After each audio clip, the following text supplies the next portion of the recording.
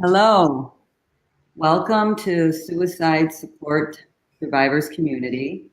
If you haven't watched me before, my name is Robin Chodak.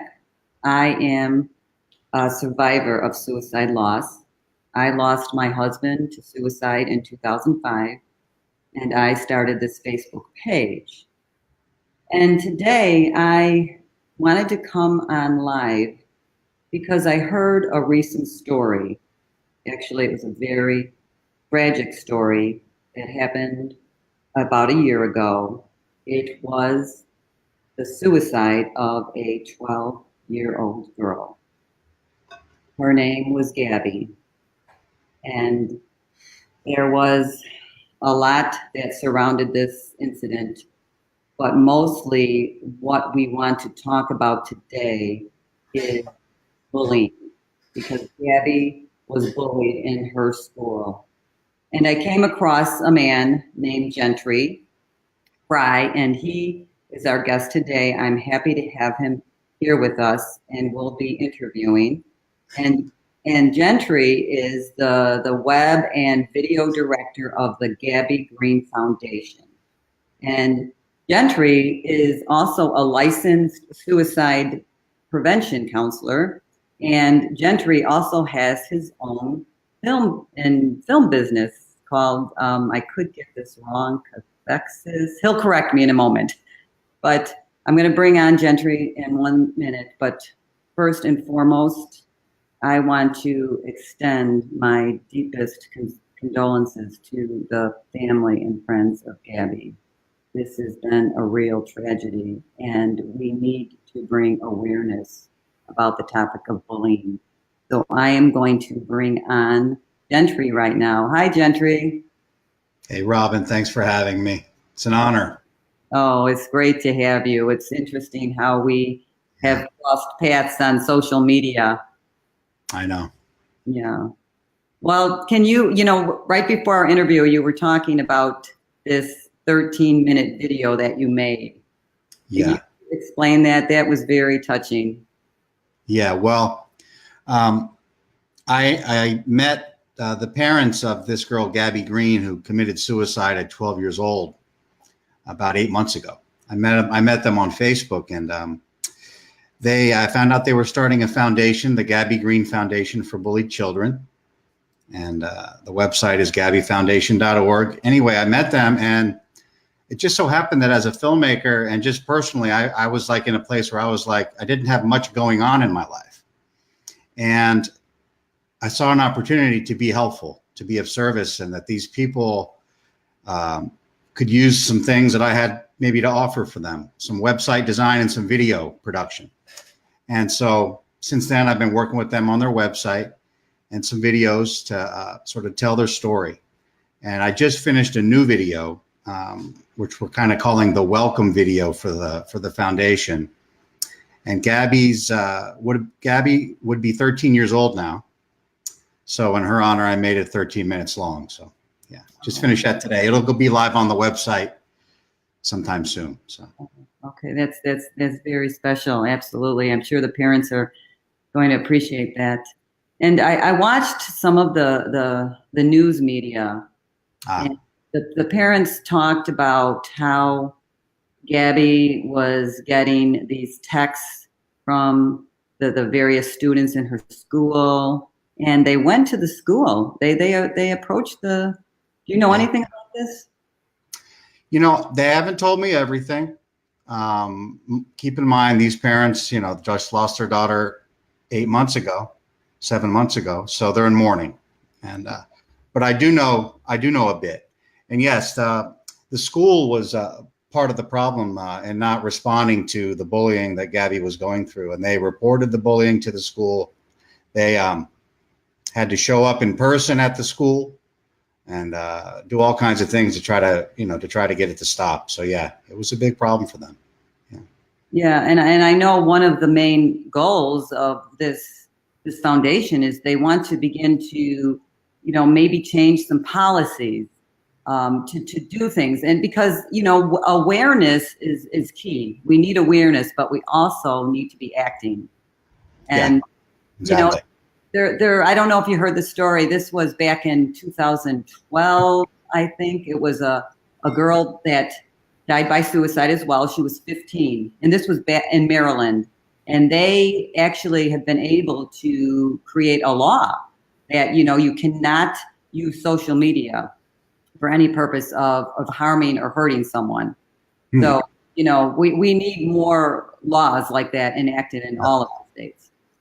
Definitely. Yeah. That's part of the mission of the Gabbie Foundation is to, that's actually, they have a few different goals, but their main one is to get a new law passed, which holds, see, because the thing is like a lot of people, when they talk about the problem of bullying and suicide in children and teenagers due to bullying, a lot of times you'll hear people say, "Oh, we got to stop bullying," right? But the thing is that really isn't the issue, because there's always going to be bullies. Kids are going to be kids. We can't stop kids from being kids. Right. So stopping bullying is really not the answer. So the answer is to stop the way that, and not to stop, but rather to change the way that our society sort of thinks about bullying and how it's treated, and so that it's treated more seriously. A good analogy would be if a child is admitted to an emergency room, or if a child is at school and there's a suspicion of child abuse in the home, right? There's a lot of it's taken very seriously. They bring in child protection services, right? The counselors and advocates are brought in if there's suspicion of child abuse. Right. And what the goal of the Gabbie Foundation is to sort of get bullying taken seriously in that way. Take it more seriously, because kids all over the world, I just heard a story about a girl in Australia recently. I mean, it happens all the time. Kids are now committing suicide due to bullying. So it's a real public health issue now. Yes, yes. And it needs to become more in the forefront. And actually, statistics show us that from 2007 until 2016, there have been more suicide by young girls. And it's quite interesting when you make the analogy of social media, because remember, the iPhone, I think it was 2007 when we had the iPhone. That was new. Yeah, it's 10 years ago. The iPhone 10 was the 10-year anniversary phone, so it's been 10 years. Exactly. It seems like we've had them forever, right? But they're not that long, and so it's quite interesting that the usage of social devices, of these devices that keep us connected in the social media. We have to ask ourselves: is this playing a big role in how we are interacting and how we are living? And it is. It's a big problem. You mentioned statistics. I read an article. I forget if it was Vanderbilt University. I think it might have been Vanderbilt University did a study, and they found out that during the last 8 years, the number of admissions to emergency rooms around the country, teenagers making suicide attempts, not successfully, committing suicide, but making attempts and being admitted to an emergency room, has more than doubled in the last 8 years. That's significant. That's a big problem, so it is an issue. Yeah. Yeah. And another statistic is that young people spend, I didn't know this one, about 7 hours a day on their devices.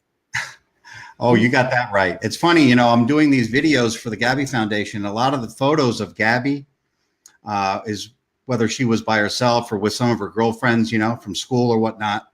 And, I use a lot of photos of her and videos of her, to put together these videos I'm making for the foundation. And all the kids always have phones in their hand in all the photos.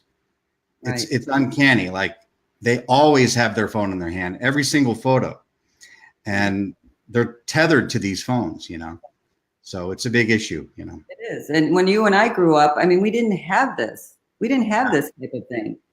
So we have to take a different look at it. And I was listening the other day to Dr. Deepak Chopra. That man's brilliant, in my opinion. Yeah. But it made me really think about the issue of suicide and especially related to the young children, because he was talking about our biology, how our biology is created. And it's created when we're young. And children, they get this biology based on how they are perceiving the world. So are they growing up with attention, appreciation, joy, these type of things? If they are, then they are in a healthy, balanced state. Okay. Sure. If not, then that translates to anger, depression, guilt, and it made me wonder. Okay, is this the issue with our youth that are bullying? Is this the Well, problem? yeah, it's interesting. It sounds like what you're talking about is that children are given the sort of the emotional nourishment. Is that what I'm hearing you say? Yeah. Right. Now, I spoke to Gabbie's parents, and one of the problems with social media, with cyberbullying with kids is that back when we were kids, I went to junior high in the 1980s. There was no social media. There were no cell phones. There was no internet. The internet hadn't even been invented. Okay. So any bullying that took place was at school during the 6 or 7 hours or whatever it was that you were actually at school, or maybe right after school. But then when you got home, your parents had a crack at you for about the same amount of time on any given day. So there was an equal balance between the time that kids spent in school and the time they spent with their families at home, okay, on average. So whatever damage might have been done to a kid if they were bullied at school during that time, the parents could kind of counteract it if they wanted to show the kids some love and kind of counteract that.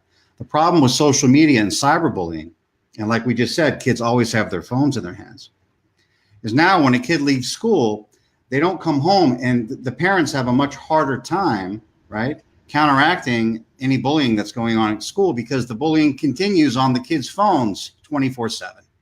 Right. The kids have their phones in their hands under the covers after they're put to bed at night. They'll be on their phone for 2 hours at night after their parents tell them to go to bed. Mm-hmm. So, and parents work.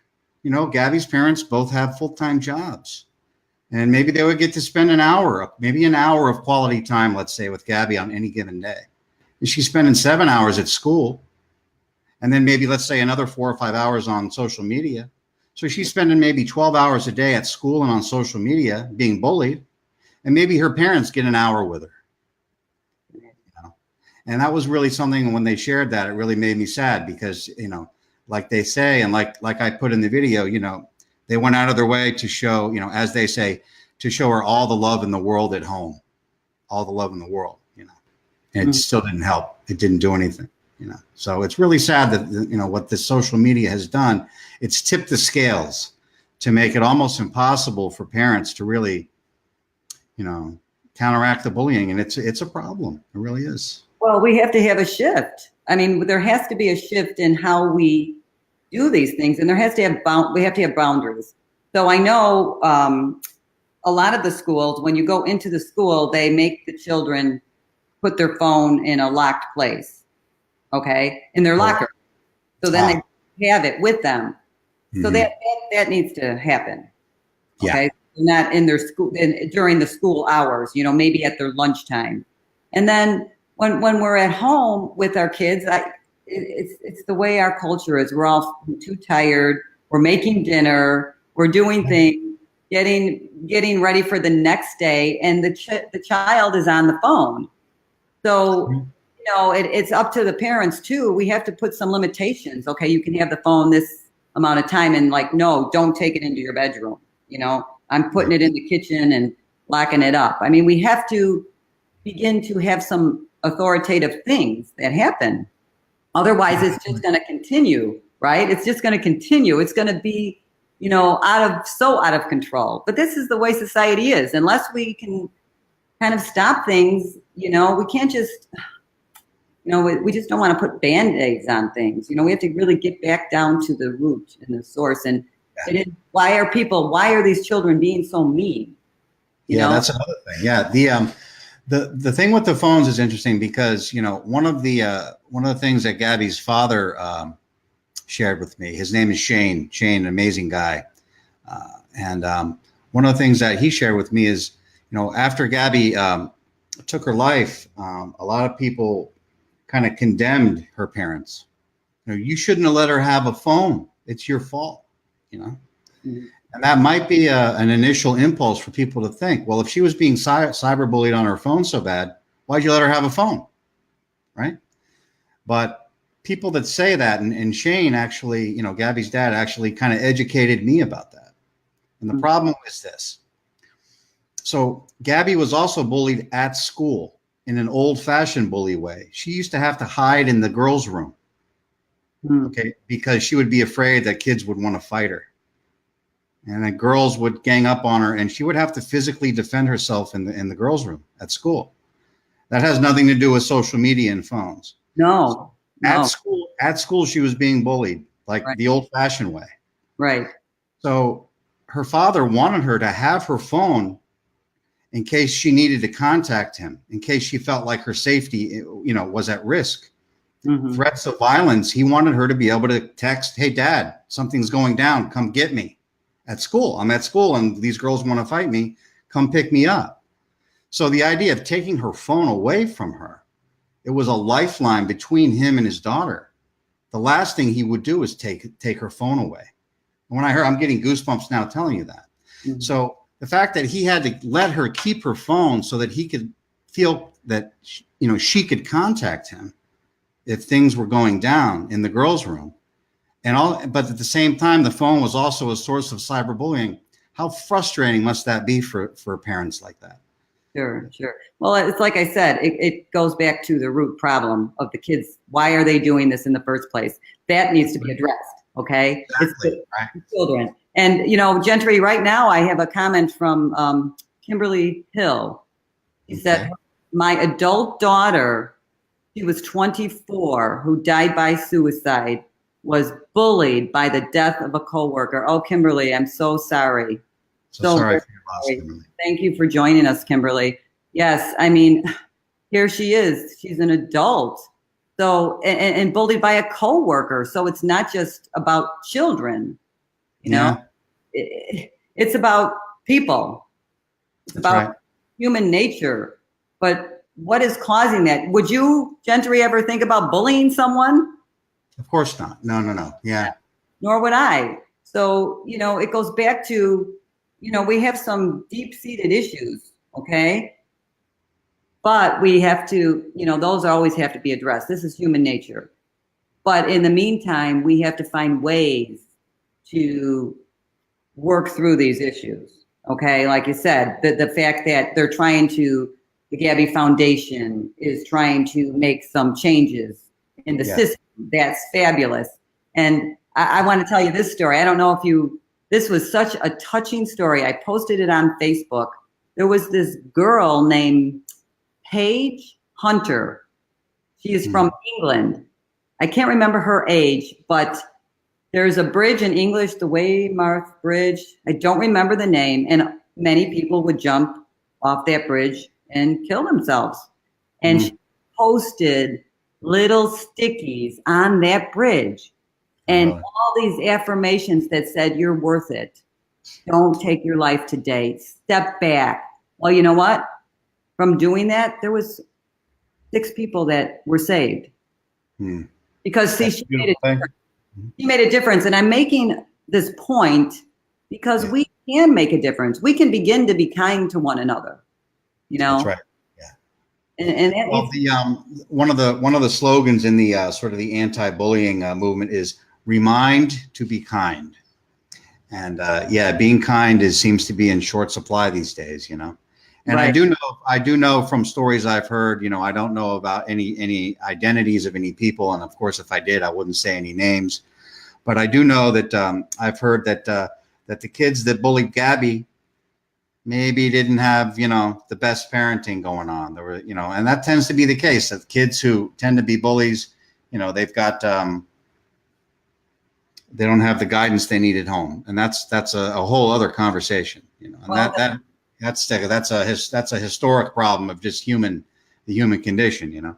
Well, exactly, and that's exactly what Deepak Chopra was saying. He wasn't wasn't even talking about suicide. He was talking about the human condition and how our biology is created, and it stems from, you know, the people that we're surrounding ourselves with, et cetera.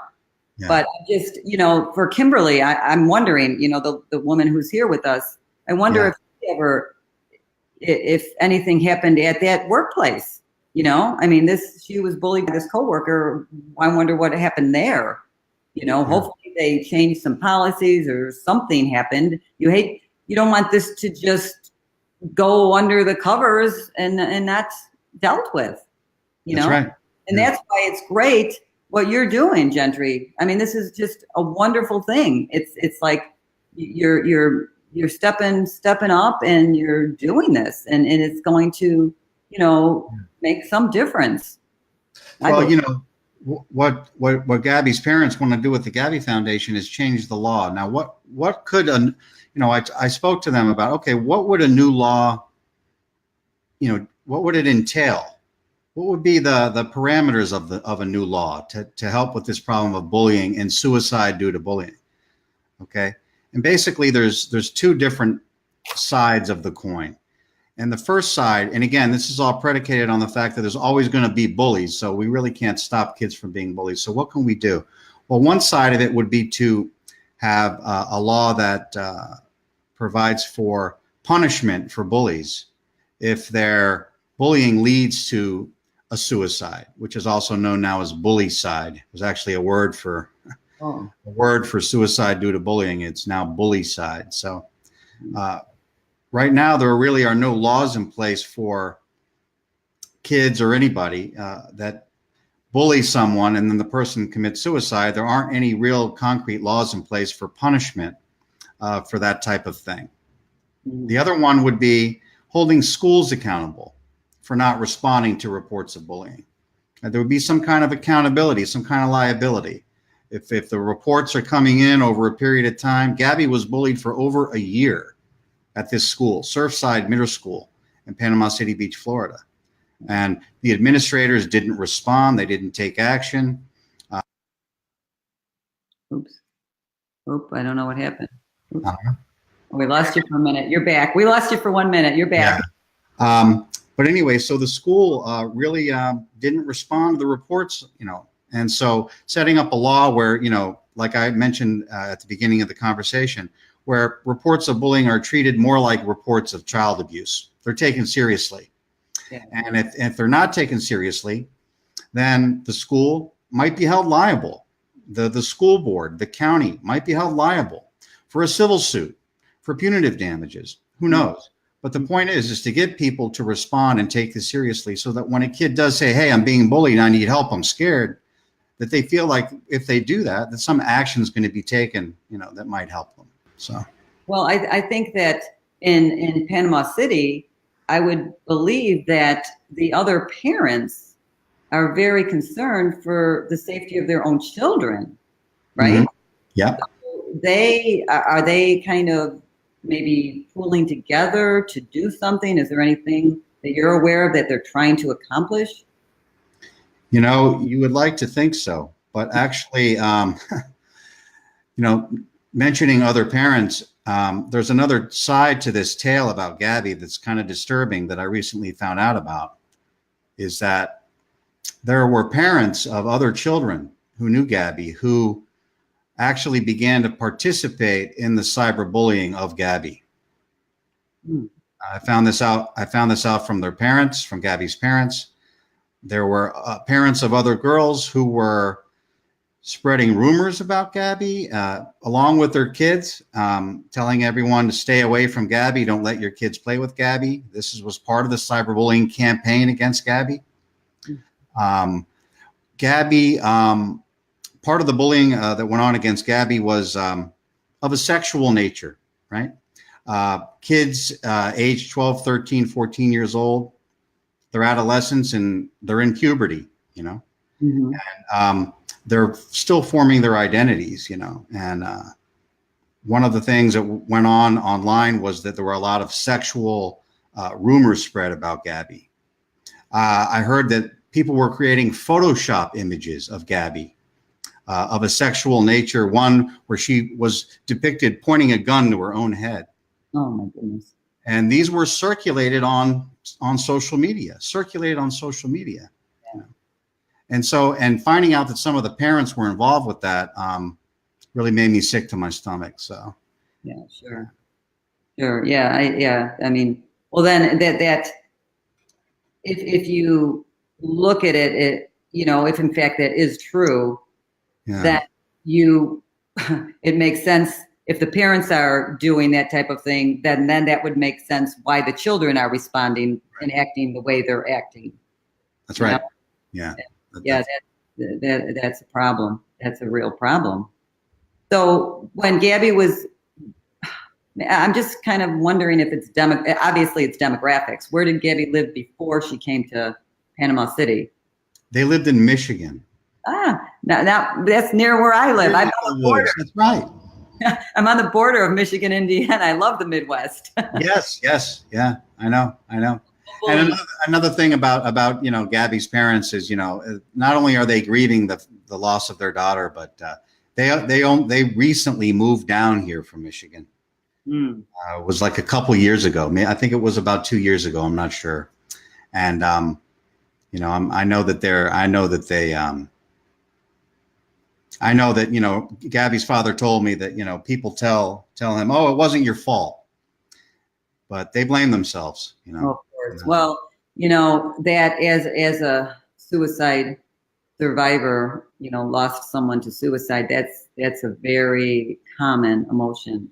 It's that feeling of guilt because I don't know it as a parent. I can only imagine what they feel because you're that protective person and you do feel that sense of guilt. I know for myself, I felt so guilty about my husband. Like, why didn't I stay home that day? I must not have loved him enough. So you always have that emotion of guilt when it's related to suicide. Not always. I shouldn't say that. Not always. It's very common. So I understand what he's feeling, and it's a long journey, and they're gonna just have to process this grief. Yeah, I know, and there was a lot of whirlwind right after Gabbie passed. They put on this big 5K run walk event for what would have been her 13th birthday.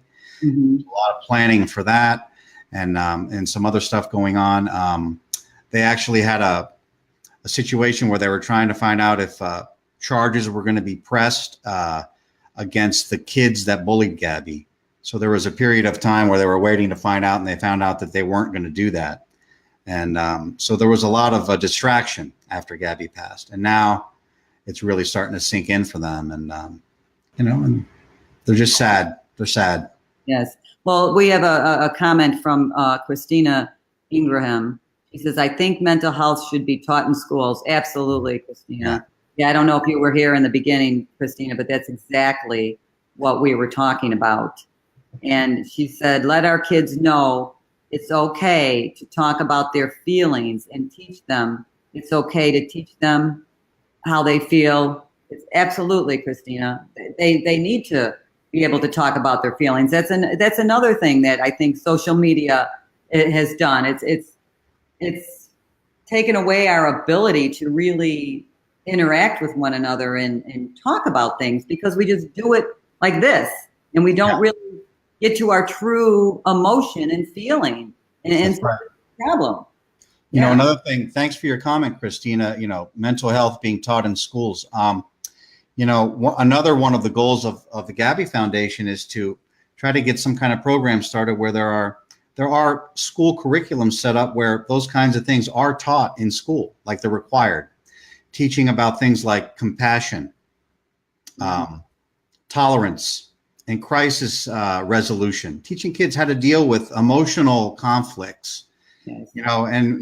Schools spend so much time teaching kids algebra, history, social studies, math, science. But where's all the education teaching kids how to deal with their emotions, teaching kids about self-esteem?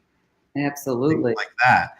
And getting programs like that started is another one of the goals of the Gabbie Foundation, because that might help, it might help counteract some of this bullying that goes on. So thank you for your comment. That was very insightful.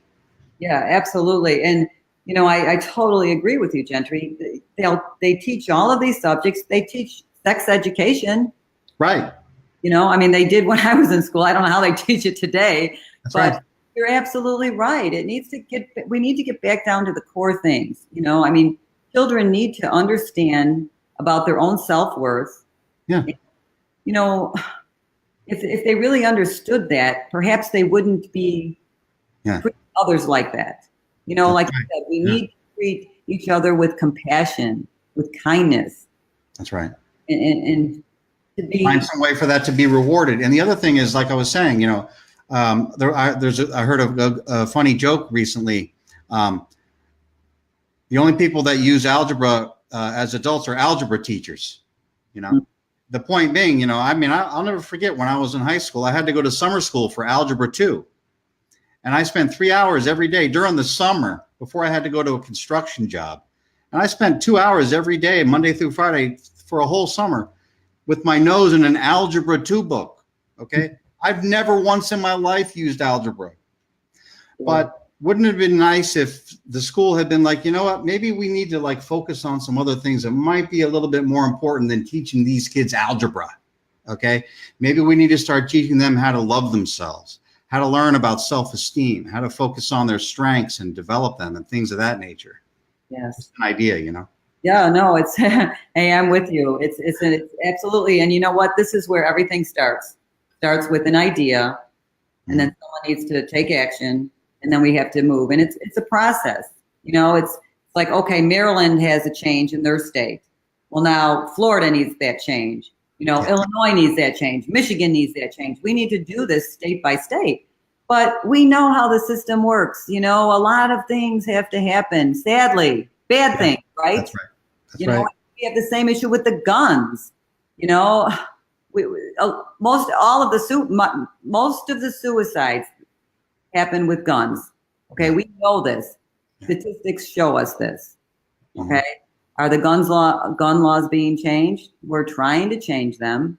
They need to be changed, just like these other laws need to be changed. And that's right.